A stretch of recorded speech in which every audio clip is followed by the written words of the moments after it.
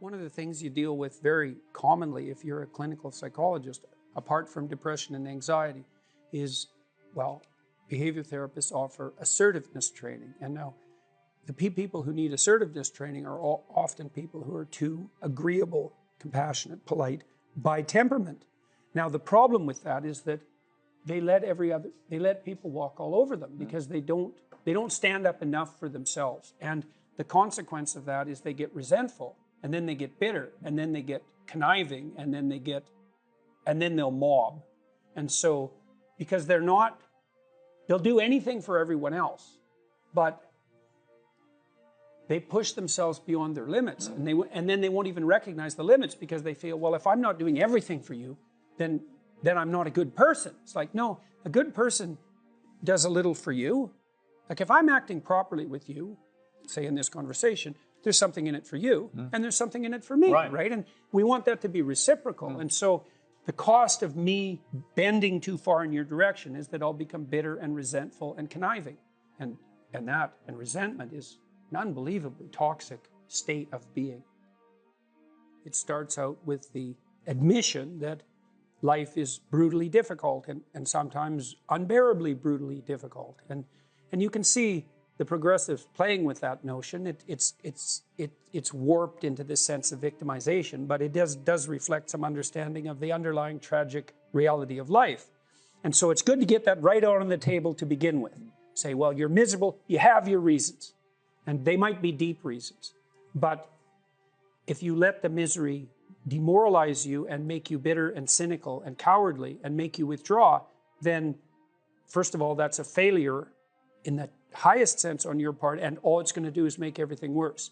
And then you might think, well, what do you have to respond to that? How do you respond to that catastrophe and challenge? And the answer is, and this is what Rocky is telling his son in no uncertain terms, is like, terrible as things are, there's a lot more to you than you can possibly imagine. And that if you face those things forthrightly and with some faith and courage, then you can have the adventure of your life and prevail even over catastrophe. One of the advantages to having the computational power we have is that everything is at your fingertips.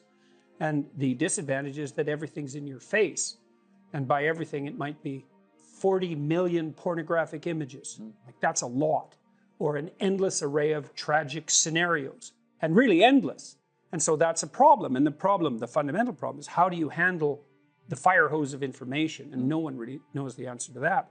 But we should also point out that it's no wonder that young people are demoralized and anxious, because we're doing everything we can to demoralize them and make them anxious. So on the masculine front, we tell young boys that, well, the world's a terrible patriarchal tyranny, and all of that patriarchal tyranny, which is the whole explanation for history, has done nothing but oppress and exploit people and destroy the planet. And so that any manifestation of that masculine impulse on your part is equivalent to the world-destroying force. If you want to stand up for yourself, you have to have your goals and your vision well laid out and well defined, and then you have to have a strategy that is matched to those goals, so that you know what you want, so that you know when you're not getting it. Otherwise, you're left with a vague sense of dissatisfaction and resentment, and that's a very, very difficult thing to articulate. And if you can't articulate it, then you can't negotiate. If you know what you want and you know why, then you can make a case for yourself. Okay, so let's assume now that you've laid out a vision and a counter vision, which the Future Authoring Program also helps you do, so you know what kind of hell you want to avoid that you might drift into if you were too agreeable for the rest of your life. That would be a hell that consisted mostly of people taking advantage of you all the time and you feeling resentful and bitter about it. Not something I would recommend. See, I think that women are agreeable because it helps them deal with infants, but it's not a great temperamental strategy for dealing with complex organizations in the adult world. So I think it's a price that women pay for also being adapted to have plenty of patience for very young children. And then you have to overcome that to some degree to put yourself forward properly in more complex hierarchies of accomplishment. So I would say once you have your vision established, your vision for the future, and your counter vision, so you're afraid of what will happen if you don't stand up for yourself, then you need to consult your resentment. Because if you're resentful about something, as far as I can tell, there's generally only two reasons. One is you should grow the hell up and quit whining. So you got to find out first if you're just feeling sorry for yourself. And you can think that through, make a pro and con case, and you can talk to somebody that you care about that. I'm not assuming that that's the reason, but that's one potential reason. If you're not merely feeling sorry for yourself, then you probably have something to say and something that you need. And you need to figure out what that is, and then you have to develop a strategy to put that forward. I've seen lots of people in my personal life and in my private practice not get what they want because, well, A, they don't specify it, and B, they don't ask for it. And if you're negotiating, say, for a raise or for a promotion and so forth, you have to put yourself forward. You need to tell the person you're working for why you should be treated with more consideration or respect, or have more resources devoted to you, or more authority shifted to you. And you have to make a case for that, a compelling case, so that they have a reason to attend to you. And they're not going to notice, because most managerial types are so overloaded with work that they never notice when anything's going right. They just notice the things that are going wrong. So you need to make a plan. You have to have a strategy that goes along with that plan. You have to have articulated arguments for why a certain form of treatment is appropriate to you. And then you have to have the courage to put that forward.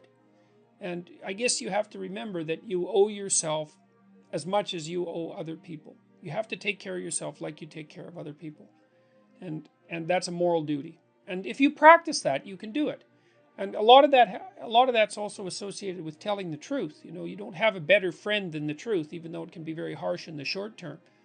And so if you're unhappy at work because you're being taken advantage of, then you have to strategize yourself out of that. You have to learn to negotiate. And a lot of that also means that you have to overcome your hesitancy to engage in conflict. And you got to think about it this way. Negotiation and conflict are somewhat indistinguishable. And it's easy moment to moment to avoid negotiation and conflict, but you pay a terrible price for it in the medium to long term. It's better to face the conflict forthrightly in the present and make peace for the medium to long term. And there's courage in that. So that's the other thing I would say is gird up your loins and allow yourself to act courageously. I hope to encourage people. Other than that, I want to see what happens. I want to say what I believe to be true as clearly and carefully as I possibly can. And I want to see what happens as a consequence. And what people don't understand about that in some sense is your happiness, the purpose of your life is not going to be happiness. Sometimes it is. Sometimes that will come. But there will be difficult periods in your life, and happiness won't suffice then. But what you can have in your life is an adventure. You can have an adventure.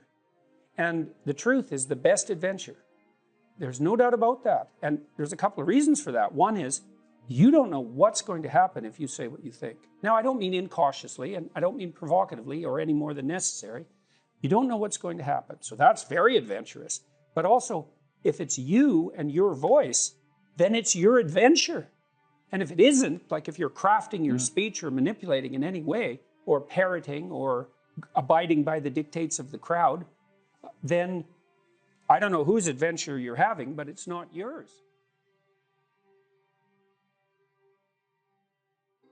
So this is, I think, why people are so obsessed in some sense with the search for fundamental meaning. It's because you want to be able to associate. So imagine, this is a good story. So you can imagine two people laying bricks. They're building a gigantic wall. And the one person thinks, oh my God, this wall is going to take 100,000 bricks and I'm laying one at a time and I'm wasting my life away trivially adding to this gigantic brick wall. And what am I doing? This is absolutely miserable, brick by brick. And the other person thinks, in 300 years, this is going to be a cathedral. And so the person in the second state is doing exactly the same thing at a local level, laying bricks, but each brick is related to a very high goal. And that means the reward that's attendant upon the laying of the brick is proportional to the goal, to the aim of the entire behavioral process. And so it seems to me, so if you're aimless and goalless, and I know you've done some work on goal setting, if you're aimless and goalless, then you can't elicit any positive emotion. And if your goals are fragmented, which is also what happens if you're aimless or your goals lack unity, if your goals are fragmented, then no given behavioral manifestation can elicit any dopaminergic reward because it's not a step forward to anything desirable. And so there's no positive emotion.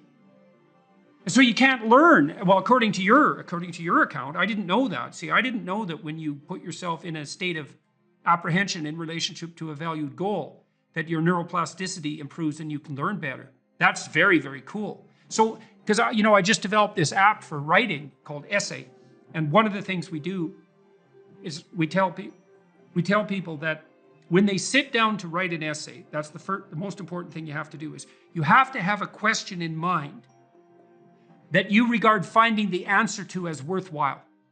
Otherwise, the whole exercise is a lie. So even if you're assigned a topic, you have to find something within the topic that grips you and provides you with the motivation that's appropriate to move forward with the essay, with the attempt. And it is a lie otherwise. You're wasting your words. You're engaging in futile activity.